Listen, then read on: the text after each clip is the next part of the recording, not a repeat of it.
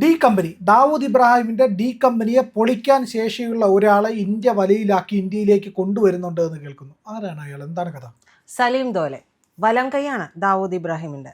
അയാൾ ഇവിടെ എത്തി NCB ചോദ്യം ചെയ്തുകൊണ്ടിരിക്കുകയാണ്. അപ്പോൾ ഇത് വലിയൊരു നേട്ടമാണ്, ഇന്ത്യയുടെ ഒരു നയതന്ത്ര വിജയം തന്നെയാണ്. തുർക്കിയുമായിട്ട് നമുക്ക് ഇത്തരത്തിലുള്ള ഒരു കൈമാറ്റ കരാറുകളൊന്നുമില്ല. അപ്പോൾ ഈ ഓപ്പറേഷൻ നടത്തിയിരിക്കുന്നത് നമ്മുടെ NSA ദേശീയ സുരക്ഷാ ഉപദേഷ്ടാവ് അജിത് ഡോവലാണ്. UAE-യിൽ അദ്ദേഹം കഴിഞ്ഞ ദിവസം പോയതിൻ്റെ വാർത്തകളൊക്കെ വന്നിരുന്നു. അപ്പോൾ 2 ദിവസം മുമ്പാണ് തുർക്കിയുടെ ദേശീയ അന്വേഷണ സംഘടനയായിട്ടുള്ള MITയും അവിടുത്തെ ലോക്കൽ പോലീസും ചേർന്നുകൊണ്ട് പിടികൂടുന്നത്, ഈ സലീം ദോലയെ പിടികൂടുന്നത്.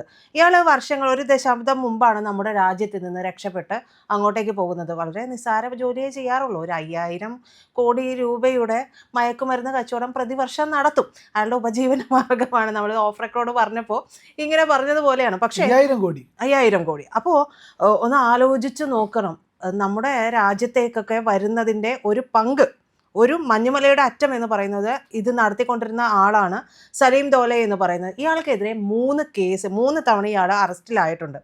ഈ അറസ്റ്റിലായത് 3-ാം തവണ അറസ്റ്റിലായതിനു ശേഷമാണ് ഇയാൾ നമ്മുടെ രാജ്യം വിടുന്നത്.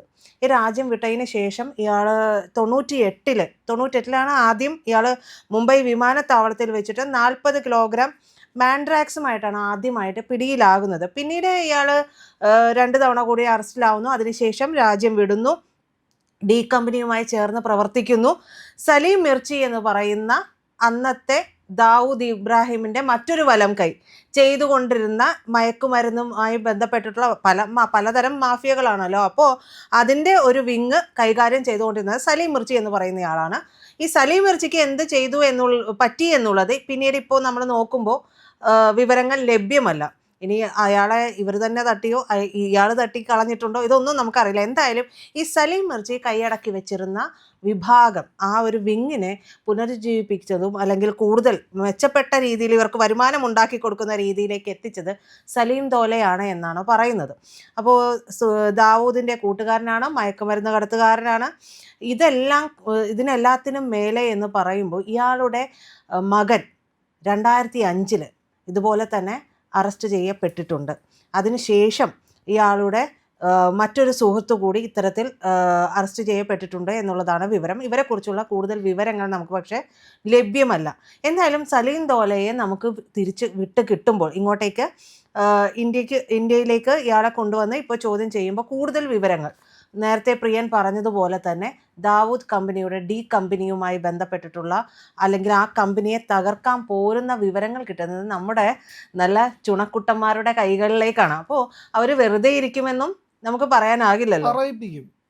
പറയിപ്പിക്കുമെന്നുള്ള വെച്ചാൽ ഈ ഡി കമ്പനിയുടെ കഥ ഭയങ്കര ഒരു ഭീകരതയുടെ ഒരു ആഴം കൂട്ടുന്ന ഒരു കഥയാണ്. നമുക്കത് കേട്ടാൽ തന്നെ മനസ്സിലാവും. ഇയാൾ ഒരു കോൺസ്റ്റബിളിൻ്റെ മകനായിരുന്നു, ദാവൂദ് ഇബ്രാഹിം എന്ന് പറയുന്നത്. അയാളുടെ സഹോദരന്മാരും കൂടെ ചേർന്ന് തുടങ്ങിയ പിടിച്ചുപറി സംഘം ഉണ്ടല്ലോ, പിടിച്ചുപറി, ആക്രമണം, ഈ പറയുന്ന കൊള്ളയടിക്കൽ, ഈ പരിപാടികളൊക്കെ വികസിച്ച് വന്നതിന് ശേഷമാണ് ഈ പറയുന്ന ഭീകരവാദത്തിലേക്ക്, കള്ളക്കടത്തിലേക്ക്, വലിയ കൊള്ളിവയ്പ്പിലേക്കൊക്കെ നടന്നത്. അപ്പോൾ എനിക്ക് തോന്നുന്നു ഈ പറയുന്ന സലീം ദോലയെ പോലുള്ള ആൾക്കാരൊക്കെ വലയിലാകുമ്പോൾ, പതിയെ ഓരോരുത്തരായിട്ട് പിടിയിലാകുമ്പോൾ ഡി കമ്പനിയുടെ ചരിത്രം കൂടി കുറച്ചുകൂടെ വ്യക്തമാകും. കാരണം ഇതിനകത്ത് മനസ്സിലാക്കാൻ കഴിയാത്തത് അല്ലെങ്കിൽ പറയപ്പെടാത്തതുമായിട്ടുള്ള ഒരുപാട് ചരിത്രങ്ങളുണ്ട്. പല തീവ്രവാദ ആക്രമണങ്ങളുടെയും സൂത്രധാരൻ, ഇല്ലെങ്കിൽ അതിൻ്റെ പണം മുടക്കുന്ന ആൾ, അതുമായിട്ട് ബന്ധപ്പെട്ട് ഇന്ത്യയെ തകർക്കാൻ വേണ്ടി ശ്രമിക്കുന്ന ആൾ, ഇങ്ങനെ ഒരുപാട് പട്ടങ്ങൾ ഈ ദാവൂദ് ഇബ്രാഹിമിനുണ്ട്. ഒരു കാലഘട്ടത്തിൽ ഹിന്ദി സിനിമകൾക്ക് വേണ്ടിയിട്ട് പണം ഒഴുകിയിരുന്നത് ഇവിടെ നിന്നാണ്. ഭീകരമായിട്ട് ഈ പറയുന്ന ഹിന്ദി സിനിമകളെ നിയന്ത്രിക്കാൻ നമുക്കറിയാമല്ലോ. ഹിന്ദി സിനിമകളുടെ ഒരു ചരിത്രം എടുത്തു നോക്കിക്കഴിഞ്ഞാൽ ഒരു ഇസ്ലാമിക രീതിയിലേക്ക്, അതിൻ്റെ രീതിയിലേക്ക് ഇതിനെ മാറ്റിക്കൊണ്ടിരുന്ന ഖാൻമാരുടെ ഭരണം, ഖാൻമാർ നിയന്ത്രിക്കുന്ന ഫിലിം ഇൻഡസ്ട്രി, അതുമാത്രമല്ല ആൻറ്റി ഇന്ത്യ സിനിമകൾ, ഹിന്ദു വിരുദ്ധമായ സിനിമകൾ, വിശ്വാസത്തെ അടിച്ചമർത്തുന്ന രീതിയിൽ പോകുന്നു. അങ്ങനെ മഹാരാഷ്ട്രയുടെയും ബോംബെയുടെയും ഇന്ത്യയുടെ തന്നെ സിനിമാ ചരിത്രത്തെയും അതിൻ്റെ താല്പര്യങ്ങളെയും ഒക്കെ തന്നെ ഒരു ഇസ്ലാമൈസ് ചെയ്യാനായിട്ടുള്ള വലിയ ശ്രമം നടത്തിയ ആളാണ് ഡി കമ്പനിയും ദാവൂദ് ഇബ്രാഹിം ഒക്കെ. അപ്പോൾ ഇതുപോലെ ഭീകരൻ ദാവൂദ് ചത്താ ഉണ്ടെന്നൊന്നും അറിയില്ല. ചത്തു എന്നൊക്കെ പറയുന്നുണ്ട്. ഇയാൾ സുഖമില്ലാതെ കിടക്കുകയാണ്, അവശനാണ് എന്ന് കേട്ടിട്ടുണ്ട്. എന്തായാലും ദാവൂദ് ഇബ്രാഹിം ചത്തു എന്ന് പറഞ്ഞു കഴിഞ്ഞാൽ ഇന്ത്യക്ക് അത് വലിയൊരു ആഘോഷത്തിൻ്റെ ദിവസമായിരിക്കും. അപ്പോൾ അതിലുള്ള ഒരു ഭീകരനെ കൂടി ഇപ്പോൾ അറസ്റ്റ് ചെയ്തിരിക്കുന്നു എന്നുള്ളതാണ്. ഇവനെ ഇടിച്ചു പിഴിഞ്ഞ് കാര്യങ്ങളൊക്കെ വെളിയിലെടുക്കുമ്പോഴത്തേക്കും ഇതിൻ്റെ കൂടുതൽ ചരിത്രവും അതിൻ്റെ കാര്യങ്ങളും ഏതൊക്കെ ഭീകരാക്രമണത്തിന് ഇവൻ വിറ്റ മയക്കുമരുന്നിൽ നിന്ന് പണം കൊണ്ട് ഫണ്ട് ചെയ്തിട്ടുണ്ട് എന്നുള്ളതൊക്കെ അറിയാൻ കഴിയും.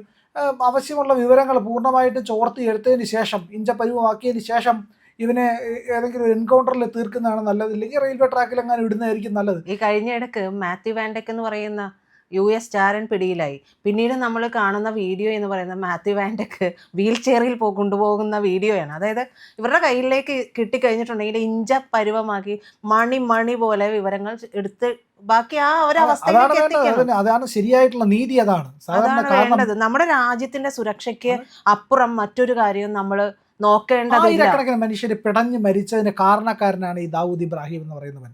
അവനാണ് ഇന്ത്യ വിരുദ്ധനാണ്. ഇന്ത്യയെ നശിപ്പിക്കാനായിട്ട് മുച്ചൂടും മുടിച്ച് സർവനാശം കാണാൻ വേണ്ടി ആഗ്രഹിക്കുന്നവന്. അവനെയും കൊല്ലണം. എന്തിനാണോ അതിലൊരു സംശയിക്കേണ്ട കാര്യം തന്നെ ഇല്ല. വെറുതെ കൊല്ലരുത്. ഒരു ബുള്ളറ്റ് കൊണ്ട് തീർക്കുകയല്ല. അവൻ അനുഭവിപ്പിച്ച് ഇല്ലാതാക്കി, അവൻ മൊത്തം അനുഭവിച്ച് വേണം തീരാനായിട്ട്. ഇത്രയും ആളുകളുടെ ജീവൻ പോയപ്പോൾ ചില ആൾക്കാരൊക്കെ മരിക്കുമ്പോൾ വലിയ സന്തോഷം, അസുരന്മാർ മരിക്കുമ്പോൾ സന്തോഷിക്കുന്നത് ദീപാവലിയാണ്. അസുരന്റെ മരണത്തിൽ ആഘോഷിക്കുന്നത് വെളിച്ചം കൊണ്ടാണ് നമ്മൾ ആഘോഷിക്കാറുള്ളത്. ദാവൂദ് ഇബ്രാഹിം, ഈ പറയുന്ന മസൂദ് അസർ, ഈ പറയുന്ന മറ്റേ നമ്മൾ നേരത്തെ പറഞ്ഞല്ലോ അയാളെ പോലുള്ള ഭീകരനൊക്കെ മരിക്കുമ്പോൾ, ഇല്ലെങ്കിൽ കസൂരി, സൈഫുള്ള കസൂരി, ഇവരൊക്കെ ചാവുമ്പോൾ നമുക്ക് വലിയ ആഘോഷം തന്നെയാണ്. സത്യത്തിൽ ദീപാവലിക്ക് ഒരു അന്നത്തെ ദിവസം പടക്കം പൊട്ടിച്ച് ആഘോഷിക്കേണ്ടത് തന്നെയാണ്. ഒരു സംശയമില്ലാത്ത കാര്യമാണ്. മസൂദ് അസറാണ് എനിക്ക് ഏറ്റവും സന്തോഷം തരാൻ ഇരിക്കുന്ന. മസൂദ് അസറിന്റെയും ഈ 2014 ശേഷമാണ് നമ്മൾ പറഞ്ഞ പോലെ ഈ ഹിന്ദി സിനിമയിലെ പണമൊഴുക്ക് എന്ന് പറയുന്നത് പോലും 2014 ശേഷം ഹിന്ദി സിനിമയിൽ വളരെ വലിയൊരു മാറ്റം തന്നെ ഉണ്ടായിട്ടുണ്ട്. അപ്പോൾ ചെറിയൊരു ചായ്വ്, ഇത്തരത്തിലുള്ള ഒരു പോക്ക് മലയാള സിനിമയിൽ ഉണ്ടോ എന്നുള്ളൊരു സംശയം കൂടി വരുന്നുണ്ട്. പലരെയും പല തീവ്രവാദികളെയൊക്കെ ന്യായീകരിക്കുന്ന രീതിയിലുള്ള ചില സിനിമകളൊക്കെ ചില നടന്മാരൊക്കെ എടുക്കുകയോ ഒക്കെ ചെയ്യുന്നുണ്ട്, ഗ്ലോറിഫൈ ചെയ്യുന്ന രീതിയിലേക്കൊക്കെ പോവുകയും ചെയ്യുന്നുണ്ട്. എന്തായാലും ഈ 2014 മുമ്പ് നമ്മൾ കണ്ടിട്ടുള്ള നമ്മുടെ ഇന്ത്യ അല്ല ഇതിന് ശേഷം വന്നിട്ടുള്ളത്. അതിൻ്റെ ഒരു ഒരു ഒരു ഒരു പ്രകടമായ ഉദാഹരണം എന്ന് പറയുന്നത് സർക്കാരിനെതിരെ ഉണ്ടാകുന്ന വിമർശനങ്ങൾ തന്നെയാണ്. കൃത്യമായ രീതിയിൽ കാര്യങ്ങൾ മുന്നോട്ട് പോകുമ്പോൾ സ്വാഭാവികമായിട്ടും അവർക്ക് നേരെ പ്രത്യാക്രമണങ്ങൾ ഉണ്ടാകും. അത് തന്നെയാണ് ഈ പ്രതിപക്ഷം ഉൾപ്പെടെയുള്ളവർ ഇവിടെ കണ്ടുകൊണ്ടിരിക്കുന്നത്. അപ്പോൾ ഈ പറയുന്ന ദോലയെ ഇവിടെ എത്തിക്കുന്നത് നമ്മൾ പറഞ്ഞല്ലോ UAE വഴിയാണ്. നമുക്ക് തുർക്കിയുമായിട്ട് നേരിട്ട് ഇത്തരത്തിലൊരു കൈമാറ്റത്തിനുള്ള സാധ്യത ഇല്ല എന്നുള്ളതാണ്. അപ്പോൾ അതിൻ്റെ പ്രധാനപ്പെട്ട ഒരു മാസ്റ്റർ ബ്രെയിൻ എന്ന് പറയുന്നത് നമ്മൾ ആദ്യം പറഞ്ഞതുപോലെ തന്നെ അജിത് ഡോവലാണ്. അപ്പോൾ ലോകത്തെമ്പാടുമുള്ള ചാര സംഘടനകളെല്ലാം ഇപ്പോൾ ഇന്ത്യക്ക് മുമ്പിൽ കൈകൂപ്പി നിൽക്കുന്ന ഒരു സാഹചര്യമാണ്. അതായത് ഇന്ത്യയുടെ രഹസ്യാന്വേഷണ ഏജൻസി, നമ്മൾ പണ്ട് എപ്പോഴും പറഞ്ഞു കേട്ടിരുന്നത് മൊസാദാണ്. മൊസാദിന്റെ ചരിത്രമൊക്കെ പറഞ്ഞു കൊണ്ടും മൊസാദ് എന്തൊക്കെ ചെയ്യുന്നു എന്നുള്ളത് വീരകഥകൾ. പക്ഷേ ഇന്ത്യയുടെയാണ്, റോയുടെയാണ്. ഇപ്പോൾ എവിടെയെങ്കിലും ഒരു അജ്ഞാതൻ വരുമ്പോൾ ലോകം മുഴുവൻ പറയുന്നത് ഇന്ത്യ ആയിരിക്കൂ എന്നുള്ളതാണ് ചോദിക്കുന്നത്. നമ്മളല്ല എന്നുള്ളതാണ്. ഈ അജ്ഞാതൻ അതൊന്നും നമുക്ക് പറയാൻ പറ്റുന്ന കാര്യങ്ങളൊന്നും. തുർക്കി നമ്മളുമായിട്ട് വലിയ വിരോധമുള്ള രാജ്യമാണ്. അതായത് ഈ ഓപ്പറേഷൻ സിന്ദൂറിന്റെ സമയത്ത് നമുക്കെതിരായിട്ട് നിൽക്കുകയും പാകിസ്ഥാനെ സഹായിക്കുകയൊക്കെ ചെയ്ത രാജ്യമാണ്. ഈ രാജ്യത്തിന് ഇപ്പോൾ ഇന്ത്യയെ സഹായിക്കേണ്ടി വരും, ഇല്ലെങ്കിൽ ഇന്ത്യക്ക് ഭീകരനെ കൈമാറേണ്ടി വരും. ഇല്ലാതിരിക്കാൻ കഴിയില്ല. ഇല്ലെങ്കിൽ ഇന്ത്യ അവിടെ കയറി പൊക്കിക്കൊണ്ട് വരും. പ്രൈവറ്റ് ജെറ്റ് ചെല്ലും, അവിടെ ചെന്നിറങ്ങും, അവനെ പൊക്കിക്കൊണ്ട് വരും. ഇല്ലെങ്കിൽ ഹെലികോപ്റ്റർ ചെല്ലും, അവിടുന്ന് പൊക്കി അടുത്ത രാജ്യത്ത് കൊണ്ടുവന്ന് അവിടുന്ന് ഫ്ലൈറ്റ് കയറ്റി ഇവിടെ കൊണ്ടുവരും. ആ തുർക്കിക്ക് നല്ലപോലെ അറിയാം ഇന്ത്യയെ പിണക്കുന്നത് നല്ലതല്ല എന്ന് തുർക്കിക്ക് ഇപ്പോൾ ഏതാണ്ട് ബോധ്യം വന്നിട്ടുണ്ട് എന്നാണ് അറിയാൻ കഴിയുന്നത് ഈ നീക്കത്തിൽ നിന്നൊക്കെ. ഞങ്ങൾ ഇന്ത്യ ലൈവ് പതിവുപോലെ നമ്മൾ പറയുകയാണ്, മാധ്യമങ്ങളിൽ വരാത്ത, മറ്റു മാധ്യമങ്ങൾ പറയാത്ത വാർത്തകളാണ് നിങ്ങളുടെ മുന്നിലേക്ക് കൊണ്ടുവരുന്നത്. ഇത് പറയാൻ ഞങ്ങൾക്ക് പ്രേരണയും ശക്തിയും നിങ്ങളാണ്. നിങ്ങൾ ഞങ്ങളുടെ കൂടെ ഉണ്ടാവണം. ഞങ്ങളുടെ ചാനൽ സബ്സ്ക്രൈബ് ചെയ്യണം. നമുക്കൊരു ചാനൽ കൂടിയുണ്ട്, C4N, C4N മലയാളം. നമ്മൾ ഈ തെരഞ്ഞെടുപ്പൊക്കെ ആയതുകൊണ്ട് കൂടുതൽ വാർത്തകൾ നമ്മുടെ ഈ പ്ലാറ്റ്ഫോമിൽ തന്നെ കൊടുക്കാൻ കഴിയാത്തതുകൊണ്ടാണ് C4Nൽ പുതിയ വാർത്തകൾ കൊടുക്കുന്നത്. അപ്പോൾ ആ ചാനലും കൂടി ഒന്ന് സബ്സ്ക്രൈബ് ചെയ്യണം. ഇന്ത്യ ലൈവ് ഉറപ്പായിട്ടും ചെയ്യണം. C4N കൂടെ, C4N, C എന്ന് പറഞ്ഞാൽ ക്രെഡിബിൾ, ഫോർ എൻ നേഷൻ, രാജ്യം. നമ്മുടെ രാജ്യത്തിന് വേണ്ടിയാണ്. രാജ്യം വിട്ട് ഒരു കാര്യവും ഇന്ത്യ ലൈവിനില്ല. അതുകൊണ്ട് ഞങ്ങളുടെ കൂടെ ഉണ്ടാവണം എന്നുകൂടി അഭ്യർത്ഥിക്കുന്നു.